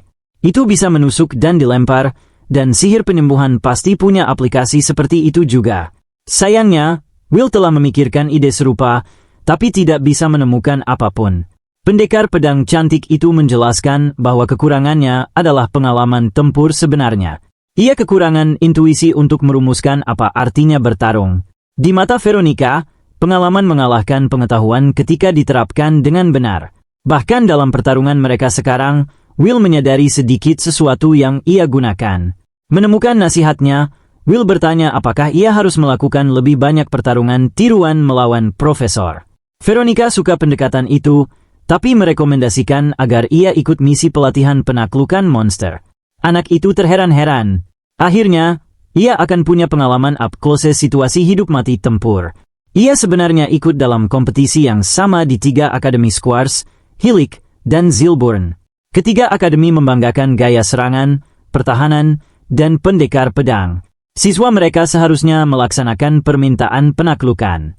Di Akademi Hilich, anak itu tidak ikut dalam misi itu sendiri, tapi kali ini ia punya kesempatan mengeluarkan monster mimpi buruk dan mendapatkan pengalaman melawan kehancuran yang akan datang. Will mencuri tekadnya untuk misi penaklukan pertama yang pernah ada. Veronica menyaksikannya dengan minat, mengingatkannya tentang kondisi partisipasi. Anak itu harus membuktikan kemampuannya dalam ujian seleksi, dan ada rumor tentang jenius di antara siswa tahun pertama. Tujuan baru Will adalah mencetak posisi teratas di antara proses seleksi melawan teman sekelasnya. Ia bertanya tentang detail ujian seleksi. Kriteria sederhana adalah bahwa kandidat akan bertarung satu sama lain. 100 orang biasanya sukarela dan mendemonstrasikan keterampilan mereka, memilih yang terbaik dari yang terbaik. Bahkan anak kita mulai muak dengan penekanan konstan sekolah pada pertarungan. Di Akademi Penyembuhan Hilich dulu, beberapa sukarelawan berdiri untuk bergabung, yang berarti siapapun bisa ikut dalam misi. Tapi ini format berbeda di Akademi Squares, membanggakan proses seleksi. Will mengingat kenangan hangat di Akademi Penyembuhan, bertanya-tanya bagaimana guru lamanya bertahan sekarang. Veronica kembali bicara tentang siswa jenius dengan level kemampuan jauh melampaui beberapa instruktur. Ini berarti Will tidak akan mendapatkan tempat teratas dengan mudah, yang membuatnya bertanya-tanya apakah profesor pembantu secara pribadi bertemu siswa ini. Sayangnya, ia belum pernah punya kesempatan bertemu pemuda itu karena ia suka menghindari guru bertingkah seolah jauh lebih baik dari mereka. Ia bahkan tidak datang bertanya padanya, tapi itu di luar fakta bahwa ia menakutkan. Bagaimanapun, Veronica berjanji akan bantu latihan Will untuk ujian, sesuatu yang mencerahkan suasana hatinya karena ia satu-satunya peluangnya untuk menjadi lebih baik. Kita lompat ke hari ujian seleksi. Will masuk ke arena, menyoroti bahwa waktu berlalu cepat sejak itu. Ia merasa lebih percaya diri daripada sebelumnya, setelah menyelesaikan semua persiapannya. Saat ia bergaul, suara tertentu memanggil namanya. Itu Ketua Aliansi Akademi Sihir, Arnelum. Kepala sekolah senang melaporkan bahwa cucunya menerima pemulihan stabil sejak ia menyembuhkannya. Ketua bahkan minta maaf karena tidak menjaga anak itu, bahkan setelah ia selamatkan nyawa cucunya. Will menjelaskan bahwa meskipun ia kesulitan dengan tantangan akademi pada awalnya, ia benar-benar menyatu sekarang tanpa masalah apapun. Bahkan, ia bertekad mencetak tempat pertama di ujian seleksi, tujuan mulia yang mengesankan ketua. Menyela percakapan mereka datang pembuat suasana rusak, seorang instruktur yang menghancurkan kata-kata Will dengan menyebutnya lelucon. Ia pikir bocah ini meremehkan kelasnya dengan berat. Dan ngomong-ngomong, Bode juga adalah supervisor pelatihan lapangan untuk acara itu. Menariknya, Will pernah bertemu pria ini di kehidupan sebelumnya. Bode disebut Violet Lightning, terkenal dengan hasil kelas pahlawan luar biasanya di Perang Besar. Sayangnya, keduanya tidak pernah akur dengan baik, dan bahkan sekarang itu terjadi sama. Pria maco yang murung itu mengintimidasi penyembuh dengan menekankan betapa dunia penuh jenius bertarung. Latihan hanyalah kerikil dibandingkan. Ia secara terbuka bicara pada Will di depan mukanya, menyatakan bahwa anak itu tidak punya peluang menang sebagai penyembuh. Anak itu tidak menjawab, sementara ketua merekomendasikan mereka selesaikan argumen mereka selama ujian, bukan sebelumnya. Instruktur mengomel bahwa ia hanya mendidik bocah itu dan menyoroti bahwa pemenang sejati ujian ini adalah Sirius dari kelasnya. Pemuda ini langsung salinan karakter dari Genshin Impact. Sirius Blueota adalah jenius yang semua orang puji dengan ekspektasi tinggi dan juga pria yang ditakdirkan dihadapi anak kita untuk tempat pertama di ujian seleksi. Persaingan sengit dan ketua excited melihat mereka hanya saling tatap. Tanpa buang waktu, kandidat masuk arena kontestan, dikelilingi kerumunan bersorak, mencari pertandingan epik. Will dan Erika berada di baris kedua di depan dengan penyembuh menyatakan kejutannya melihat partisipasinya. Sayangnya, ia harus ikut atau ia akan kehilangan hak tunjangan di akademi. Bahkan Opulpus memandang anak kita dari jauh. Sementara ketua secara resmi memberi selamat pada kandidat karena berhasil sejauh ini dan berharap penyihir terbaik menang.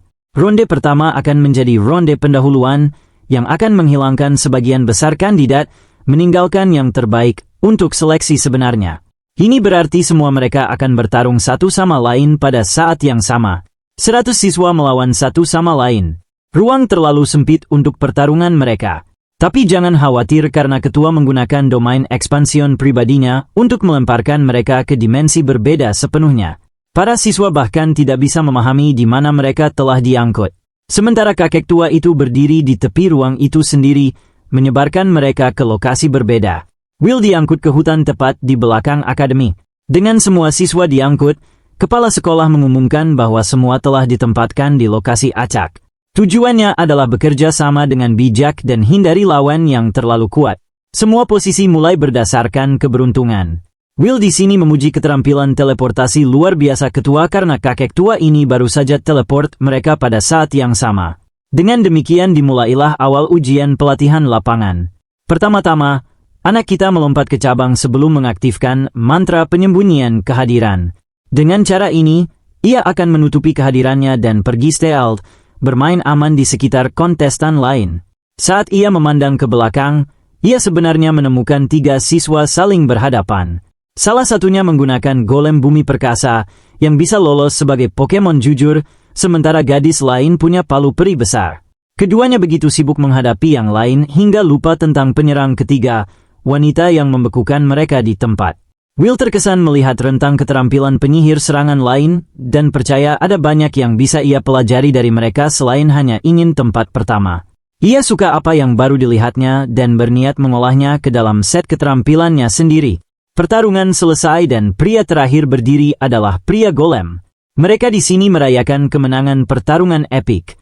Sementara itu, anak kita datang dan lakukan momen Psyche Hall.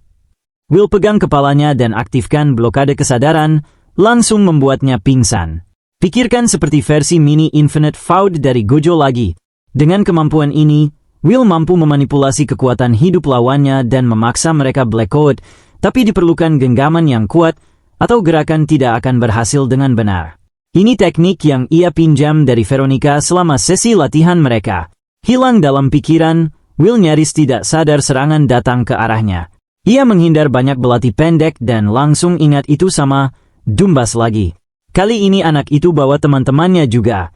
Opus percaya bahwa ia hanya mencoba lulus ujian ini seperti siswa lain, tapi ia punya keuntungan jumlah dalam situasi 3 lawan 1 di sini. Alpus aktifkan sihir penciptaan pisau. Satu kurangnya lapisi belatinya dengan racun. Kurang terakhir menggunakan sihir klon bayangan untuk memperbanyaknya lebih jauh. Dengan belati beracun ini, bahkan goresan tunggal bisa menyebabkan kematian anak kita. Memblokir langsung keluar dari pertanyaan. Puluhan bilah meluncur ke arah Will, memburunya. Saat mendekatinya, ia mempertimbangkan ide menyembuhkan racun dengan sihir pemulihan. Menghadapi begitu banyak belati ini, bahkan dengan penguatan tubuh, tampak menyakitkan. Terpojok, ia putuskan untuk tarik gerakan benar-benar baru. Barikade tiba-tiba muncul di depannya, membela Will dari pisau. Alpus terkejut saat melihat golem batu yang sama sekarang melayani tuan baru. Trik rapi tentang sihir pemulihan adalah bahwa itu bisa dikerahkan pada makhluk hidup lain. Golem batu di sini mampu bergerak sendiri menggunakan darah pemanggil. Meskipun tidak mampu pola kompleks, penyembuh bisa dengan mudah memanipulasinya menggunakan mantranya yang disebut Pseudo Life Imbuement. Golem itu menerjang trio Skindiana Bones. Pertama, Bedbu kita pukul dada satu orang. Kemudian, ia duduk di atas orang lain, mungkin memberi sakit punggung permanen. Dengan keduanya selesai, Pus terlihat panik.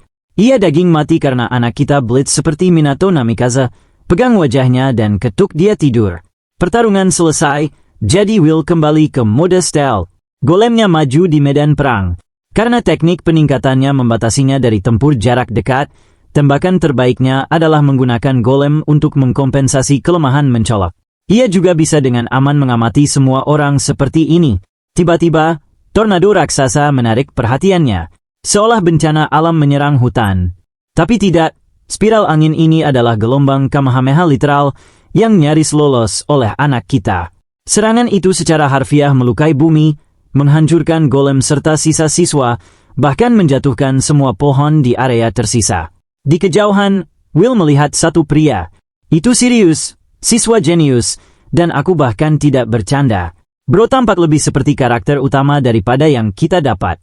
Kemampuannya menakutkan sekilas. Will bertanya-tanya apakah ia harus menggunakan gerakan untuk melawannya, tapi tiba-tiba pertandingan dipaksa ditutup.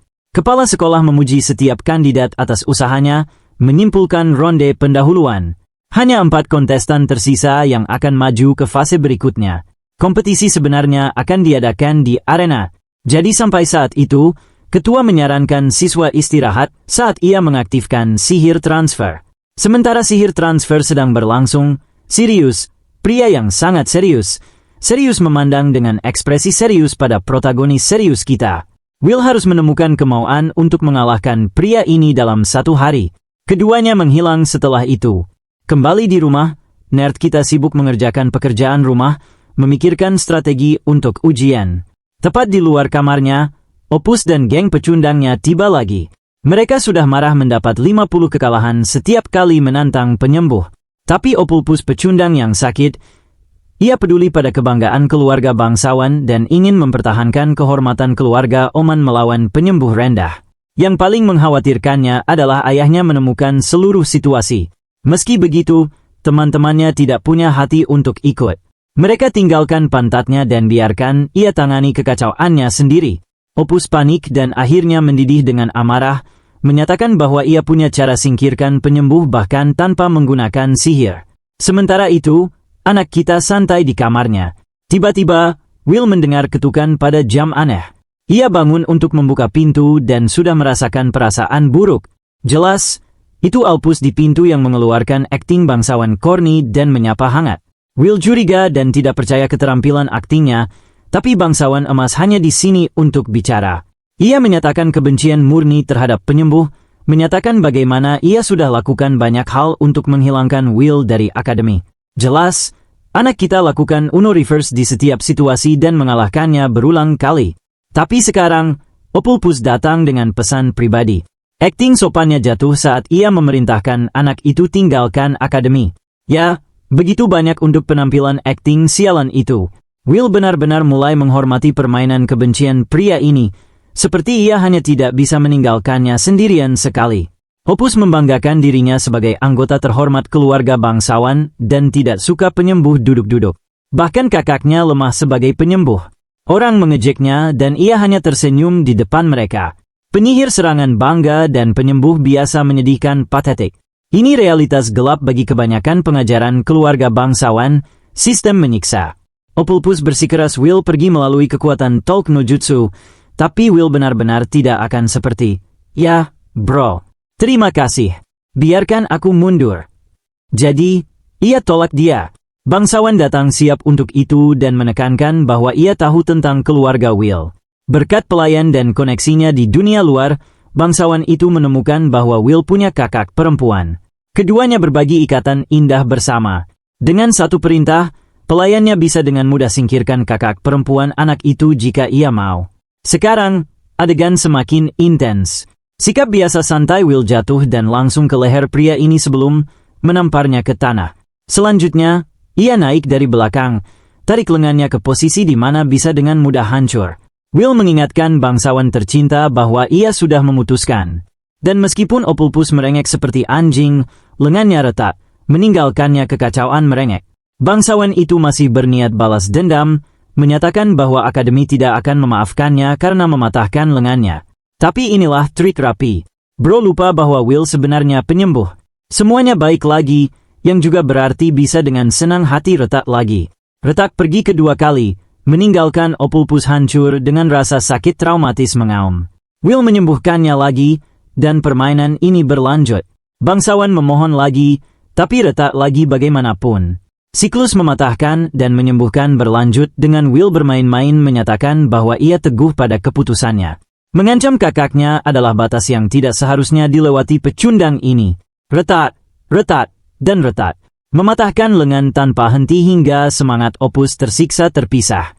Ia sekarang paham bahwa anak ini bukan penyembuh, tapi setan modern itu sendiri. Sama seperti pemeriksaan realitas yang didapat instruktur, bangsawan itu dibuat menyakitkan jelas ia tidak bisa lagi dengannya. Malam itu, Will kirim bangsawan itu kembali dengan salam bahagia seolah tidak ada yang terjadi. Anak kita bahkan tidak merasa satu ons penyesalan, bahkan mengalami kegembiraan sebelum tidur. Keesokan harinya, turnamen utama sedang berlangsung. Orang di arena menunggu pertandingan ini dengan minat besar. 4 yang lolos ronde 1 seharusnya saling berhadapan. Salah satunya kebetulan Erika sendiri, seseorang yang melebihi ekspektasi Will. Ternyata, ia hanya mengurung diri dalam tembok api, mengintimidasi semua orang lain dari berani mendekatinya. Singkat cerita, gadis ini bahkan tidak bergerak dan menang secara default, tapi sesuatu terasa salah. Will tidak pikir ini cerita lengkap. Ia minta dia untuk tidak terlalu keras padanya, tapi pria ini bukan es dan berniat pergi sekuat tenaga. Erika menyatakan bahwa ia akan mengincar evaluasi jauh lebih tinggi setelah mengalahkannya dan demikian dimulailah pertarungan epik mereka. Serangan pertama datang dalam bentuk bola api membara. Will lawan serangan api ini dengan memblokir head-on. Itu mantra api sederhana. Tidak ada yang spesial tentang itu. Bahkan sihir penyembuhannya bisa dengan mudah meregenerasi luka apapun tanpa masalah. Gerakan sederhana ini membuatnya meremehkan Erika hingga ia sadari sesuatu benar-benar buruk. Mantra yang sama yang mengenainya lebih dari sekadar serangan sederhana. Itu jebakan. Erika lanjut serangan yang sama, meluncurkan bola api berulang kali. Tapi sesuatu spesial tentang apinya adalah bahwa mereka tidak padam sama sekali. Wanita ini belajar Amaterasu dari Itachi dan salin seluruh alirannya. Meskipun firepower-nya rendah, durasinya abnormal. Bahkan jika ia pertahankan pemulihan aktif, kerusakan berulang akan menyakitinya. Pengamatan ini masuk akal terakhir kali juga, ketika ia minta apinya untuk menipu ujian sihir serangan dasar. Ini juga tunjukkan mengapa ia tidak bisa didekati oleh kontestan manapun menggunakan tembok apinya karena api itu secara harfiah tidak padam. Api Erika adalah representasi keras kepalanya, dan paparan keterampilan mendadaknya menarik perhatian kerumunan. Jujur saja, mereka hanya dukung dia karena ingin lihat anak kita kalah. Udara arogansi menguasai dia. Realisasi bahwa ia bisa lolos baik pendahuluan dan bahkan hilangkan seseorang sekuat Will. Merumuskan serangan baliknya, anak kita santai membunuh api setelah menggandakan output penyembuhannya. Ia ulang gerakan sama lagi, tapi Will siap kali ini. Tahu bahwa apinya tidak akan padam, ia pegang itu dengan sengaja, meningkatkan serangan pribadinya. Ini penggunaan IQ tempur jenius karena sekarang penyembuh punya tinju api yang bantu serangan-serangannya. Erika hampir terhempas saat ia tiba-tiba angkat tangan dan menyerah pertandingan. Untungnya, ia keluar tanpa luka. Pengumum menyatakan anak kita pemenang pertandingan. Sayangnya, statistik evaluasinya tidak akan berubah banyak bahkan setelah pertandingan. Kerumunan yang sama yang dukung Erika tadi sekarang berbalik melawannya, memanggilnya penipu untuk penyihir serangan. Gadis malang telah menjadi support seumur hidup dan hancur di bawah beban ekspektasi. Tapi teman baiknya bantu dia bangun, menekankan betapa baik ia bertarung. Ia bahkan menyembuhkan lukanya, mendapatkan kasih sayangnya. Romansa kecil manis itu dihancurkan saat Profesor Bode naik panggung, menyebut itu akhir dari garis. Menunjuk jarinya ke penyembuh, ia benar-benar menganggap Will sampah, dan ia sangat marah bahwa penyihir serangan menyerah melawan seseorang seperti itu. Kata-katanya menakutkan Erika malang, meninggalkan Will bertanya-tanya apakah ini perilaku pantas dari instruktur. Supervisor membanggakan posisinya, menekankan bahwa perannya adalah memanggil kebenaran apa adanya, sesuatu yang ia anggap mendorong. Tapi saat ia pergi, ia konfirmasi pada anak kita bahwa hanya akan ada satu kandidat sukses dari turnamen. Pria yang dimaksud mendekati penyembuh. Itu Sirius yang sangat serius. Keduanya berbagi interaksi singkat. Sirius bahkan tidak repot memandangnya saat bicara.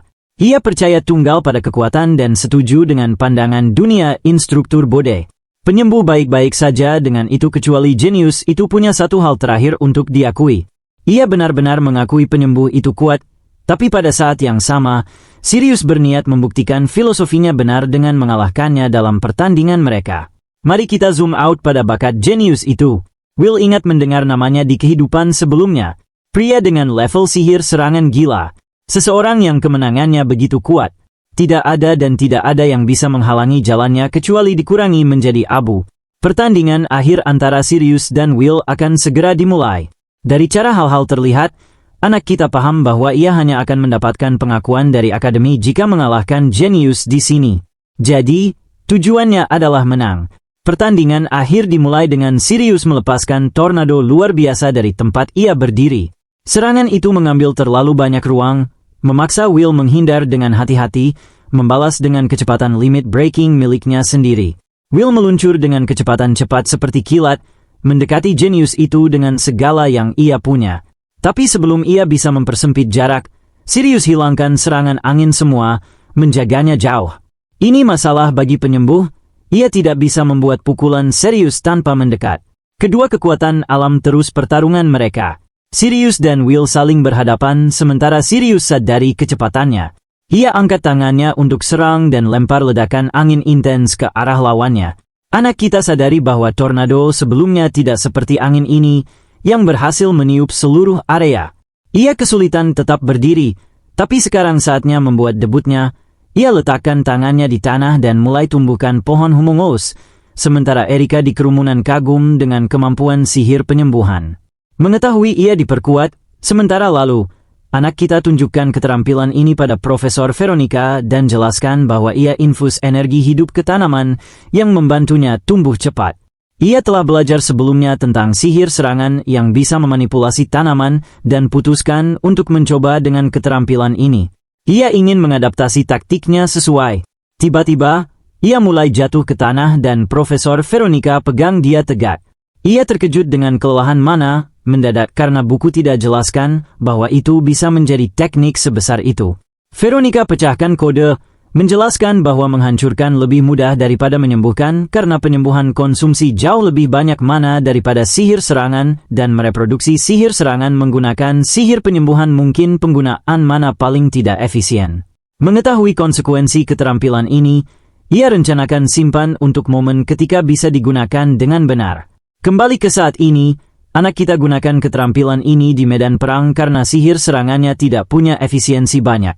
Jadi, ia putuskan andalkan gerakan ini. Ketika pohon selesai tumbuh, Sirius berhasil potong dengan serangan bilah angin. Ini melempar anak kita karena sihir Sirius terdiri dari tornado yang bisa menelan musuh dan badai yang bisa meniup area luas. Bilah anginnya ditujukan untuk benda padat sementara tornado tangani siapapun yang mendekatinya dengan berpusat di sekitarnya. Will sadari bahwa Sirius disebut kandidat teratas karena alasan. Tapi ia juga bertujuan membuat dirinya lebih kuat menggunakan sihir ini dan melompat ke arah Sirius. Segera, lawan bentuk tornado di sekitar dirinya dan merendahkan dia, mengatakan bahwa ia tidak bisa mencapainya tidak peduli apa yang dilakukannya. Dan pasti ia tidak salah. Begitu anak kita mengenai tornado, ia dilempar. Sirius tersenyum, tapi tiba-tiba ia sadari sesuatu sangat salah.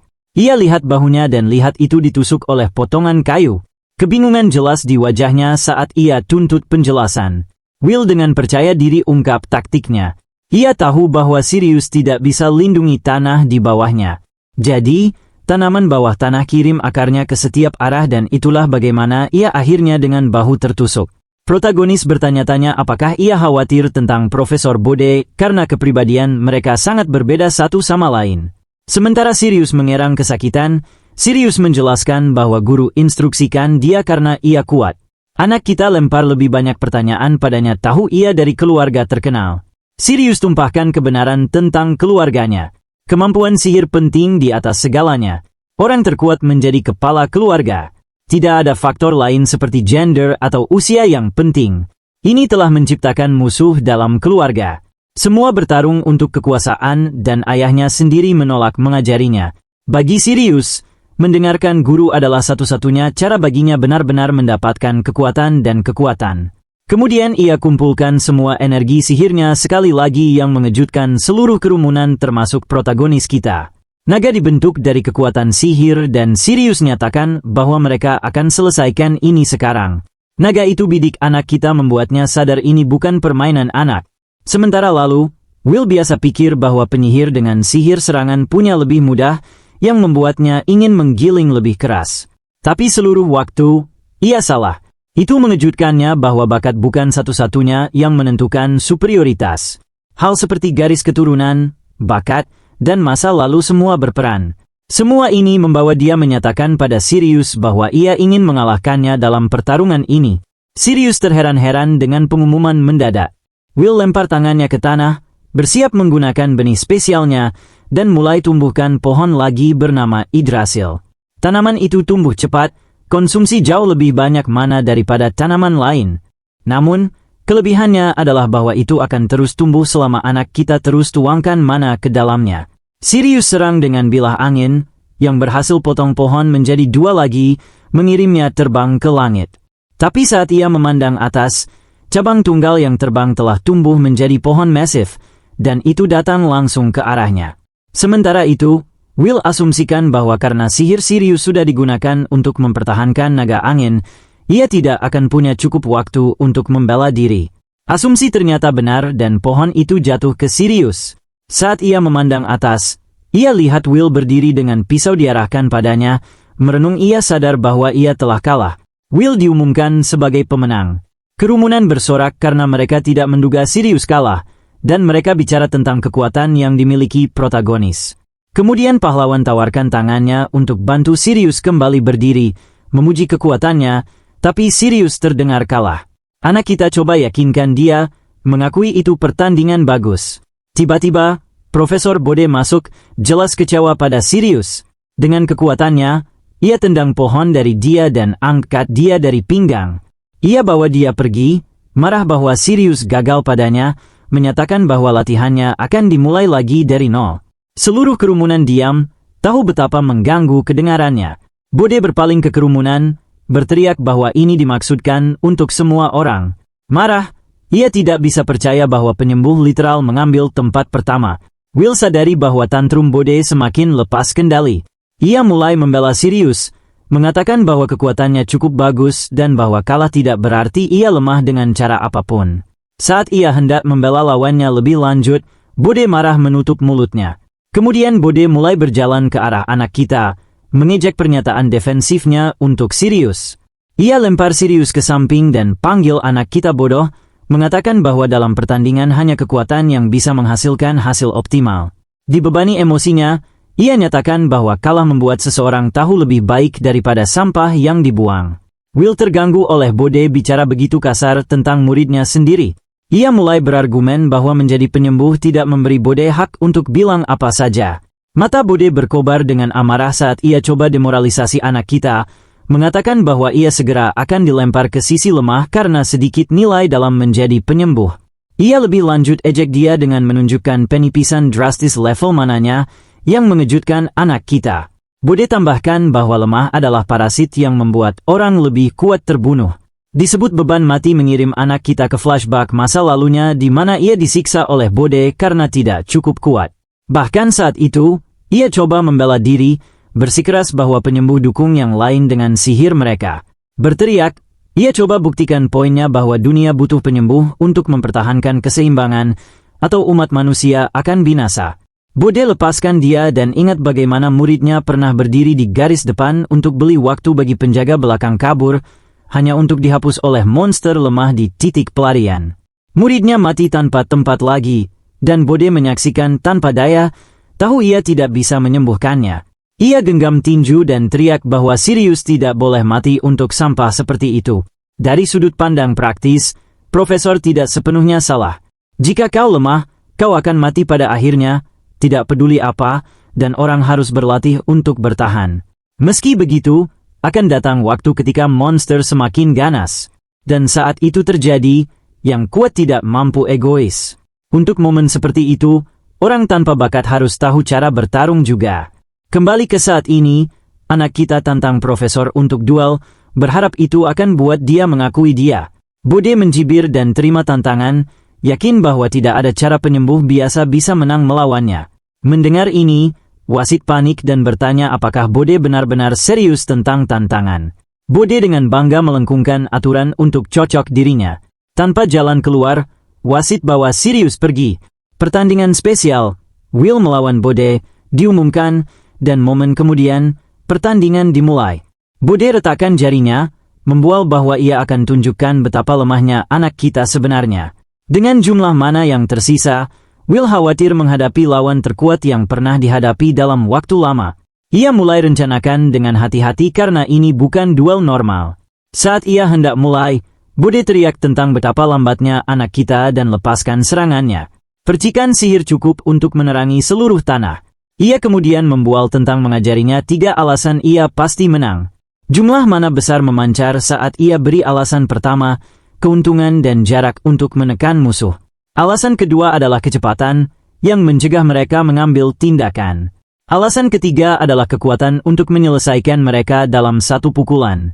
Saat Boat hendak lanjut, ia ejek bahwa protagonis mungkin tidak bisa mendengarnya sekarang.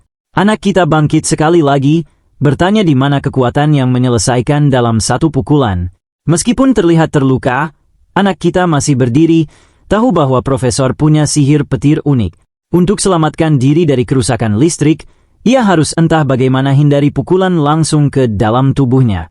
Ia sadar bahwa keterampilannya akan tidak berguna jika otak atau jantungnya terkena, karena sihir penyembuhannya tidak akan cukup cepat. Untuk alasan spesifik itu, ia ciptakan sirkuit darah yang bisa konduksi listrik dengan mudah. Ia menusuk tangannya dengan pisaunya.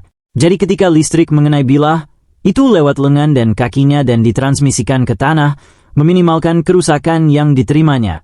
Bahkan saat itu, menahan serangan listrik sangat sulit. Sekarang saatnya anak kita luncurkan serangan balik. B turunkan dia, mengatakan ia kasihan padanya, tahu bahwa ia nyaris berhasil menahan serangan. Will kemudian mulai meningkatkan tubuhnya secara fisik melalui sihir, tapi tiba-tiba sadari bahwa ia tidak bisa tuangkan kekuatan ke tubuhnya. Bode ungkap bahwa petir violetnya melumpuhkan korbannya, membuat mereka tidak bisa bergerak. Will sadari bahwa ia mungkin dalam masalah serius dan angkat tangannya lagi saat serangan lain datang ke arahnya. Egois, Bode ingin lanjut. Menggunakan sisa mana yang ia punya untuk lihat berapa banyak pukulan yang bisa ditahan protagonis. Bode lepaskan serangannya, melempar kerumunan kekejutan, sementara anak kita lanjut menahan itu. Menyadari bahwa profesor benar-benar punya sihir unik kuat dan sempurna, yang memicu arogansinya, tapi protagonis menolak menyerah. Ia putuskan bahwa ia akan menang. Memasukkan setiap bit mana dan stamina tersisa ke manipulasi, ia hantamkan tangannya ke tanah dan segera mulai tumbuhkan pohon harta air. Pohon ini punya kemampuan menyerap banyak air dari tanah dan menyimpannya. Jadi, jika digunakan sebagai penghalang, listrik akan dengan mudah tersebar.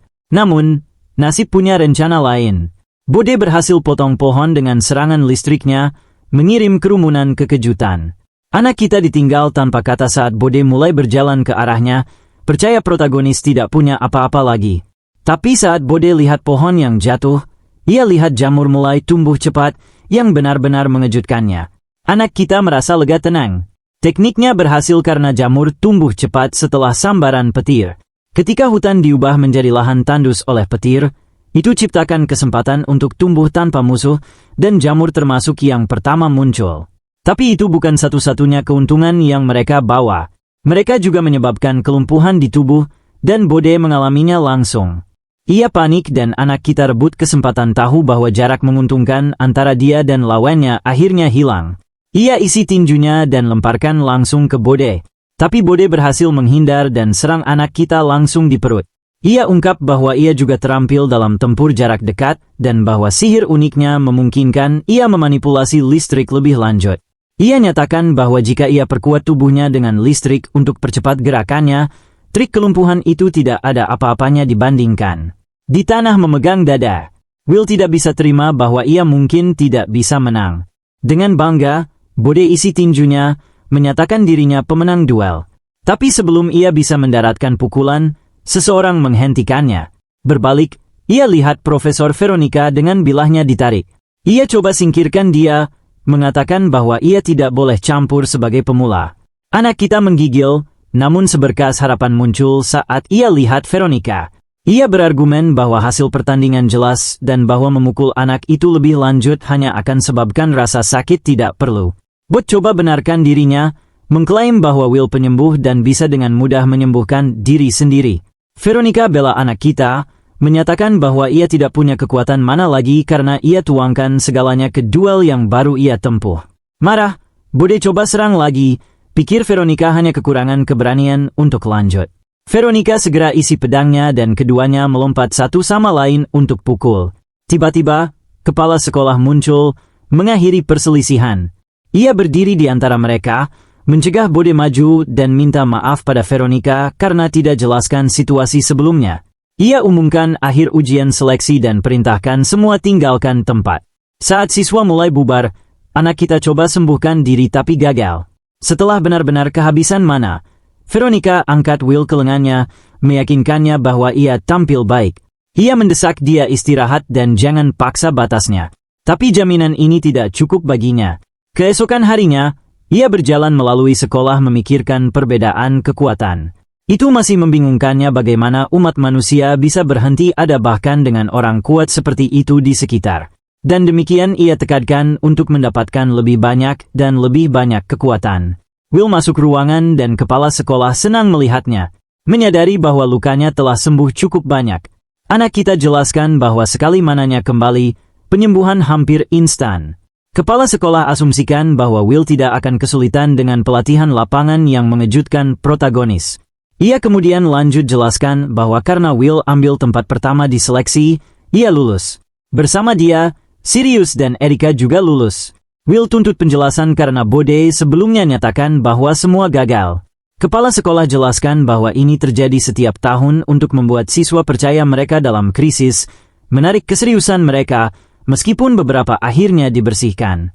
Karena pelatihan lapangan membawa bahaya besar, Bode harus berpura-pura sebagai guru, dan meskipun keras, itu melayani tujuannya. Di kehidupan sebelumnya, Bode terus berada di garis depan untuk umat manusia dan adalah salah satu pahlawan yang mencoba selamatkan umat manusia dari kepunahan. Kepala sekolah kemudian mendesak protagonis untuk bentuk partai dengan siswa dari sekolah lain sebagai penyerang sehingga ia bisa terima permintaan penaklukan monster sebenarnya. Ini membuat Will sadar bahwa ini akan pertama kalinya ia hadapi monster. Monster yang sama yang menjadi penyebab langsung kepunahan umat manusia di kehidupan sebelumnya. Makhluk yang memiliki kekuatan sihir dikenal sebagai monster. Tapi tidak semua monster secara inheren mengancam umat manusia. Beberapa mungkin serang manusia, tapi sering hanya untuk bertahan hidup mereka sendiri. Jika perilaku ekologis mereka dipelajari dengan benar, mereka bisa dimanfaatkan sebagai spesies tetangga daripada diperlakukan sebagai musuh. Namun, 2 tahun dari sekarang, dunia ditakdirkan berubah di bawah pengaruh bulan merah. Monster yang terpapar bulan merah akan menjadi ganas, dan spesies super monster berbeda akan mulai bersatu dengan satu tujuan untuk menghapus umat manusia sepenuhnya. Kemudian, 2 tahun setelah bencana itu, Raja Iblis sendiri akan turun ke dunia. Urutan peristiwa ini akan menempatkan umat manusia pada kerugian lengkap, menyebabkan negara runtuh dan banyak orang binasa. Penyihir serangan akan diminta di medan perang, tapi karena situasi tidak terkendali, mereka akan terus kehilangan nyawa bersama ksatria. Bahkan penyihir penyembuhan akan dibantai sekali garis depan jatuh, meninggalkan tidak ada dukungan untuk yang terluka. Pada saat protagonis mati di kehidupan sebelumnya, hampir tidak ada manusia tersisa yang mampu bertarung. Jika orang terus hidup tanpa mengubah apapun, umat manusia tidak lagi bisa bertahan. Ia tidak bisa izinkan tragedi seperti itu terjadi lagi. Ia bersumpah untuk memperkuat dirinya melampaui siapapun di kehidupan sebelumnya sehingga ia bisa menahan invasi monster besar. Lebih dari itu, ia ingin mengungkap penyebab sebenarnya di balik bulan merah yang mendorong monster kekegilaan, berharap menghilangkan sumber bencana itu sendiri. Kepala sekolah sadari tekad yang tercermin di matanya dan sangat terkesan. Ia temukan perilaku Will menjanjikan dan bertanya-tanya apakah para guru cukup hati-hati mengenai pelatihan lapangan mendatang. Kepala sekolah meyakinkannya bahwa langkah tepat sudah ada. Namun, ia jelaskan bahwa ia terutama ingin mendorong pertumbuhan Will. Kemudian, sementara berdiri di luar kampus dengan Veronica, Bode mendekati protagonis. Saat Will coba tunjukkan bahwa ia paham alasan di balik perilaku Bode, Bode sekali lagi teriak padanya dan pergi. Meski begitu, sebelum pergi, ia bilang pada Will untuk lakukan yang terbaik selama pelatihan. Kemudian, tepat saat ia berbalik, ia diam-diam berterima kasih padanya karena mengobati Sirius. Sirius, yang berdiri di belakangnya, juga maju dan berterima kasih pada Will. Ia bilang bahwa sekarang ia bisa kerjakan kelemahannya dan menjadi lebih kuat dari sebelumnya. Selama ia bertahan, ia tahu ia akhirnya bisa balas dendam, dan kali ini itu tidak akan hilang menjadi asap. Protagonis mendesaknya menjadi lebih kuat lagi, dan keduanya saling tos tinju dalam kesepakatan diam. Bagi Will, itu terasa seperti keuntungan bahwa lebih banyak penyihir serangan terampil mulai muncul karena mereka akan menjadi sekutu tak ternilai dalam pertarungan mendatang melawan monster.